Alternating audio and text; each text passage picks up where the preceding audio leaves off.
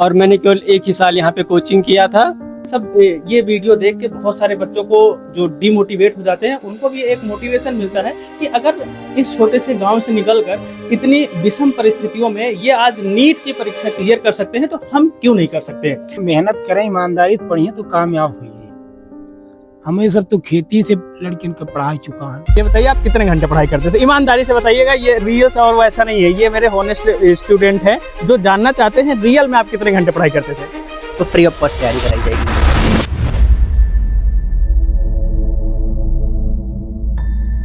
Hello students, आज हम हैं बस्ती के एक ऐसे गांव में जहां से तीन डॉक्टर आर्यस इंस्टीट्यूट ने दिए हैं। तो आज हम इस वीडियो में जानेंगे इन बच्चों की पढ़ाई किस तरह से हो रही थी, किस तरह से इनका सिलेक्शन हुआ और वो कौन कौन सी गलतियां होती है जो बहुत सारे बच्चे जो है अपने तैयारी के टाइम पे करते हैं। सबसे पहले बताइए आपका क्या नाम है। अमित वर्मा। अमित वर्मा। इनका नाम है सुरेश। जैसे कि पिछले साल भी हम इनका इंटरव्यू किए थे और ये इस टाइम पटना एम्स पटना में है। पहले बताइए आपकी पढ़ाई कैसे चल रही है। पढ़ाई तो बढ़िया मस्त बढ़िया चल रही है। आपका क्या नाम है। प्रिंस वर्मा। प्रिंस वर्मा। ये प्रिंस वर्मा है और अमित वर्मा। अमित वर्मा है। ये दोनों बच्चे इस बार आर्यस इंस्टीट्यूट का तो नाम रोशन किया ही किया, साथ ही साथ इस अपने गांव का भी नाम बहुत रोशन किया है। तो इसलिए आर्यस इंस्टीट्यूट की पूरी टीम, डायरेक्टर सर भी बैठे हुए हैं और पूरी टीम इनके गांव में इनके घर पर आई हुई है। सबसे पहले बताइए कैसा लग रहा है आपको। सर बहुत अच्छा लग रहा है, जैसे सर लोग विजिट किए घर पे, इससे ज्यादा वो खुशी की बात नहीं हो सकती हमारे लिए। इससे ज्यादा खुशी की बात नहीं हो सकती। सर लोग विजिट किए, बहुत ही बड़ी बात है हमारे लिए। आप दोबारा सर से मिल रहे हैं, सर दोबारा गांव में आ रहे हैं, आप क्या कहना चाह रहे हो। हमें ये बात कहने में कि सर हमारे गांव में बराबर आ रहे हैं और आगे भी ऐसे आते रहे, क्योंकि सिलेक्शन होता रहेगा तो आते रहेंगे तो हमारा। बिल्कुल, क्योंकि सिलेक्शन का जो भाई रेशियो है ना वो डबल हो चुका है ना। कैसा लग रहा है आपको। बहुत अच्छा लग रहा है सर, आए सर से भी कल ही मुलाकात हुआ था, आज भी हो रहा, बहुत अच्छा है। अच्छा लग रहा है। ये बताइए आप कितने घंटे पढ़ाई करते थे, ईमानदारी से बताइएगा। ये रियल और वैसा नहीं है, ये मेरे हॉनेस्ट स्टूडेंट हैं जो जानना चाहते हैं रियल में आप कितने घंटे पढ़ाई करते थे। जैसे कोचिंग का अगर समय निकालते फिर तो 6-7 घंटे हो जाता था। 6-7 घंटे। और सच में बताना, एक साल में 365 दिन होते हैं, लगभग हम मानते हैं 300 दिन क्लासेस चलती हैं। उस 300 दिन में क्लासेस में आपने कितनी क्लासेस अटेंड करी है। मैक्सिमम तो लगभग सारी की होंगी, अगर 1-2 क्लास छोड़ दिया जाए। मतलब अटेंडेंस 100% है। कुछ कहना चाहोगे कि 100% अटेंडेंस का कितना बड़ा योगदान मिला। पूरा योगदान उसी का है, अगर क्लास नहीं जाते तो फिर कैसे हो पाता। सर ने भी बहुत सपोर्ट किया है। सपोर्ट किया है। चलिए आप बताइए भैया, जैसे बहुत सारे बच्चे गलती करते हैं, क्लास मिस करते हैं, उनके लिए क्या कहना चाहो। क्लास मिस करनी चाहिए कि नहीं करनी चाहिए। नहीं सर, क्लास पूरी लेनी चाहिए। अगर क्लास मिस करेंगे, जो अगर आपको मतलब क्लास ही नहीं जाएंगे रेगुलरिटी करने से, तो ये अपने आप से सर डिप्रेशन होता है। क्यों नहीं बच्चे क्लास जाते हैं, मैं नहीं समझ पाता। मैंने पूरे साल क्लास की, यहाँ पे एक भी क्लास छोड़ना हमें लगता है क्राइम है, जो अगर आप तैयारी कर रहे हैं प्रिपरेशन के लिए। अच्छा, एक लास्ट क्वेश्चन है तीनों लोगों से।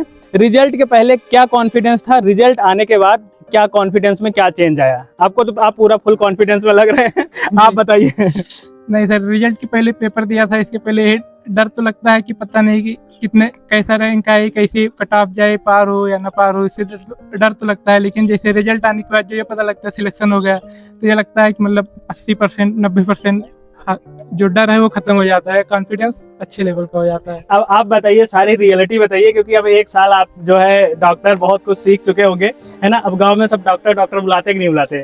कहते हैं नहीं, अब तो कम थोड़ा कहते हैं। जब नीट की तैयारी करो तो गांव वाले तब ज्यादा कहते हैं। अब कहना चाहिए, हम नहीं कहते। हाँ, वो पहले कहते हैं, जब तैयारी करते रहो उस समय ज्यादा बोलेंगे डॉक्टर साहब क्या हाल है, मजा लेने के लिए। और अब तो कहते ही, अब तो कहना अब आप कहेंगे तो आप दवा दे देंगे ना। अब तो कहना पड़ेगा।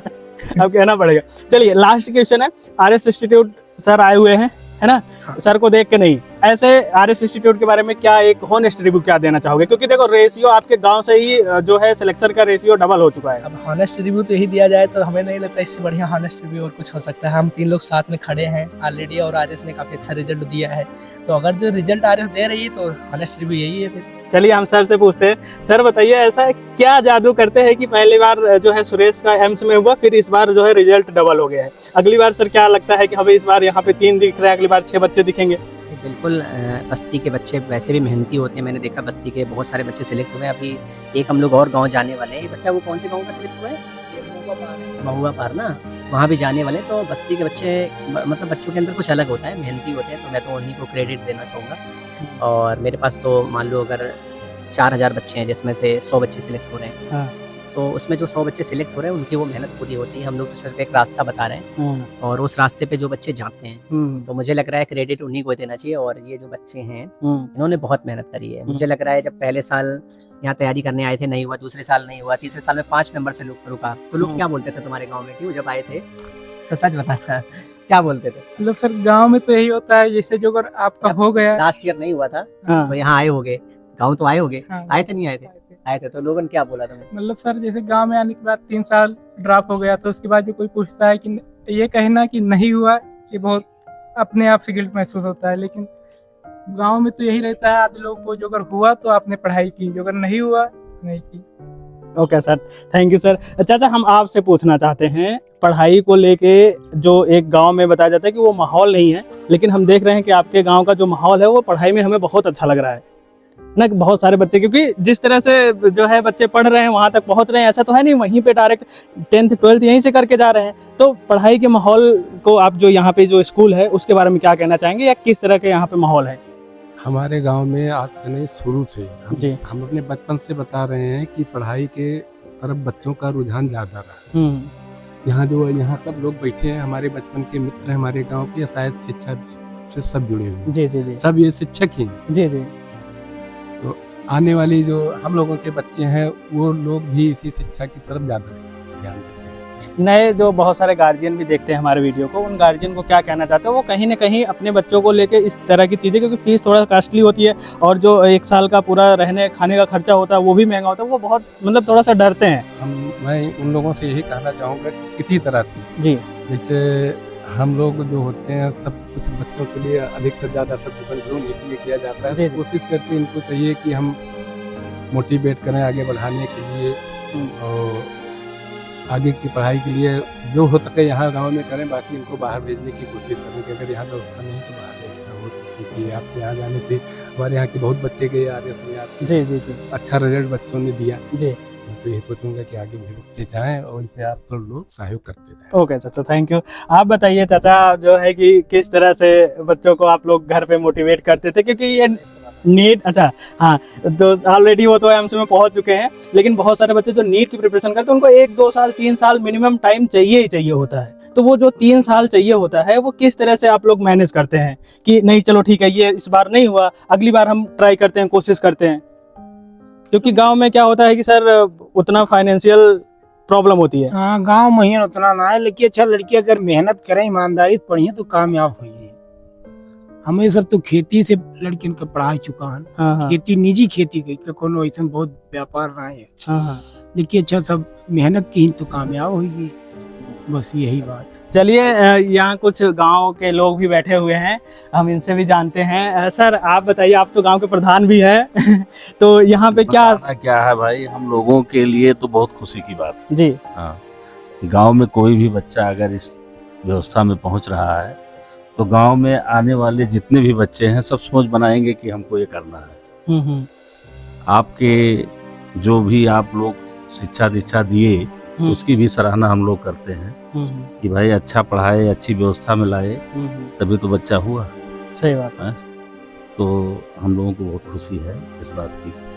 चलिए चाचा आप बताइए, जैसे अभी बच्चा डॉक्टर बना है और बहुत सारे बच्चे कुछ हैं जो और तैयारी कर रहे हैं, कोई जैसे पुलिस की तैयारी कर रहा होगा, दरोगा की तैयारी कर रहा होगा, कोई और बच्चा है इस तरह का जो आपके गांव में कर रहे हैं तैयारी, कि सब डॉक्टर ही बनना चाह रहे हैं? नहीं, तमाम बच्चे हैं, हाँ। तैयारी कर रहे हैं। अच्छा, गांव में जी ज्यादा से हमको लग रहा है पूरे हमारे बस्ती जिले में सबसे ज्यादा अगर कोई विकसित गांव है तो यही है। हाँ। इसमें जज हैं हमारे यहाँ, जो है MBBS पहले से ही हैं 4-5, उसके बाद आप वही दिए, और मास्टर में हमको लग रहा है पूरे जिले में इतने मास्टर नहीं होंगे जितने इस गाँव में। तो बहुत उन्नतशील गांव है, बहुत विकासशील है, और इस गांव के को देखते हुए बच्चे जो है प्रतिस्पर्धा में हमेशा रहते हैं, आगे बढ़ रहे हैं।